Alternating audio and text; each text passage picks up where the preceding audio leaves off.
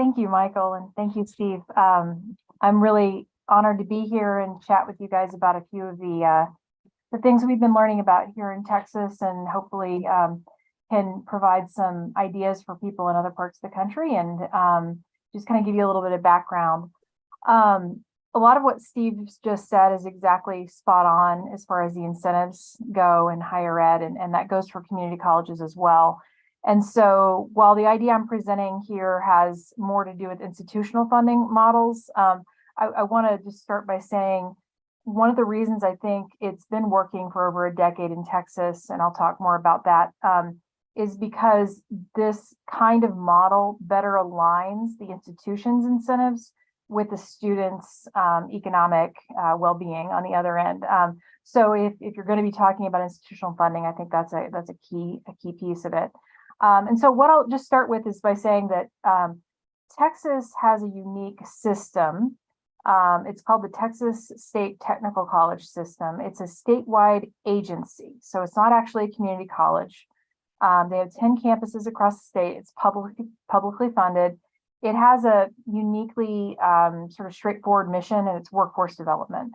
So it doesn't pretend to do like liberal arts or a lot of transfer credits or things of that nature. So I'm putting that in a bucket to say this is kind of a unique situation that this institution's in. About 10 or 15 years ago, the leadership of TSCC sort of raised their hand when the legislature was bandying about ideas to innovate around workforce, and said, we'll volunteer to pilot essentially an outcomes-based funding formula. And so that's exactly what they did. And this formula, works. The technical term for it is the return to value funding model.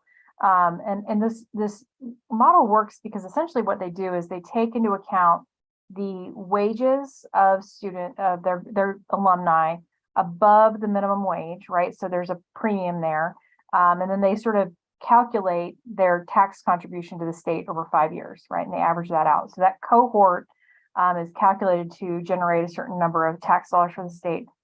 TSCC gets a commission on that estimated amount, and that commission is 36% right now. So the entirety of TSCC's formula funding is based on that commission that they get from the state. So essentially the state is paying them based on the wages of their alumni.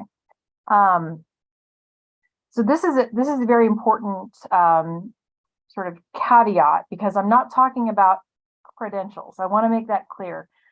They're not paid based on the credentials that their alumni generate. They're paid on the wages. Now, the happy byproduct of having high wages is most of the time those students are earning great credentials, right? They go together. The other piece is that because their graduates are in such high demand, or their students are in such high demand, you hear story after story, whether it's in their auto repair, programs, or their HVAC programs, of companies essentially saying, we'll hire you in the middle of the semester. Like, please come work for us. So that's kind of a double-edged sword, right? If you're an institution, but on the other hand, they are not disincentivized to let those students go out and do that thing, because they're not actually paid based on contact hours or based on the credentials. So that's something to keep in mind here. They've been doing this for over 10 years. And as I said, employers are very motivated to hire their graduates, and there's huge demand for them to open more campuses around the state. A missing piece that I want to bring into this conversation as well is TSCC, and I kind of downplayed it in the paper I wrote for AEI, but I really want to highlight it here. While community college enrollment has been declining for most institutions, although it had a modest uptick in 2022, TSCC's enrollment for men went up. So not only did they not suffer an overall decline in their enrollment, they saw an increase. Not only that, most of their students are men. I looked at their numbers, it was astounding. It was 70%. Now in higher ed, that is absolutely unheard of. Like that should just knock you over with a feather. Something that they are doing is appealing to young men who are signing up to take these programs.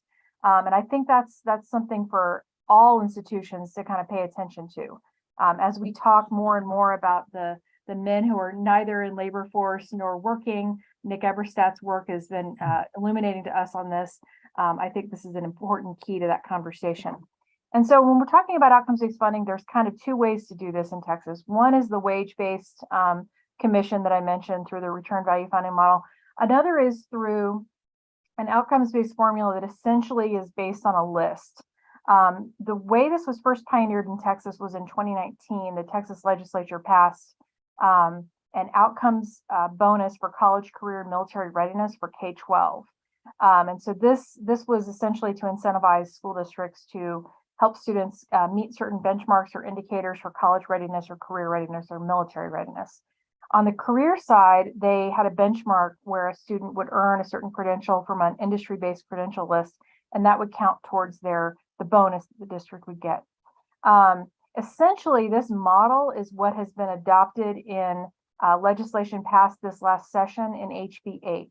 The community colleges are now going to be getting funded for a performance bonus based on students achieving certain credentials from a credentials of value library. The coordinating board will essentially curate and publish every year. And so these credentials of value have to have some connection to wages, right? They take into account student wages, they take into account the cost of the program, et cetera. And then there's an additional bonus on top of that for either placement or in the field or for an acceptable proxy if the data doesn't exist. And so currently the coordinating board went into emergency rulemaking and adopted their bonus list for high demand fields now, and we have that.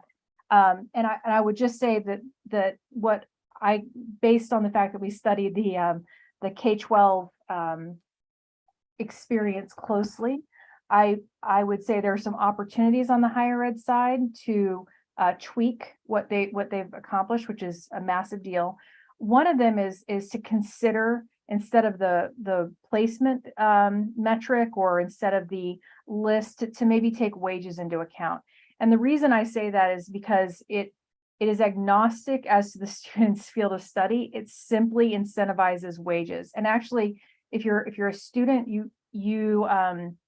it probably shouldn't matter to you whether or not you got this certificate or that certificate. What matters to you is the job you get and whether or not you're making a good wage. And so I think that there will be more direct feedback from the market if you look at wages versus the credential list, although the credential list is a step in the right direction. So that's kind of the big picture. I see kind of two models, two paths forward essentially for outcomes-based funding. One, as I say, is more of a return value funding model that's based on alumni wages strictly, and the other, which is based on a curated, centrally managed list. And so states can learn from the different, experiments we've got going on in Texas and make their own determinations. But that's basically the overview, and I'm happy to dive into more details if you guys have questions.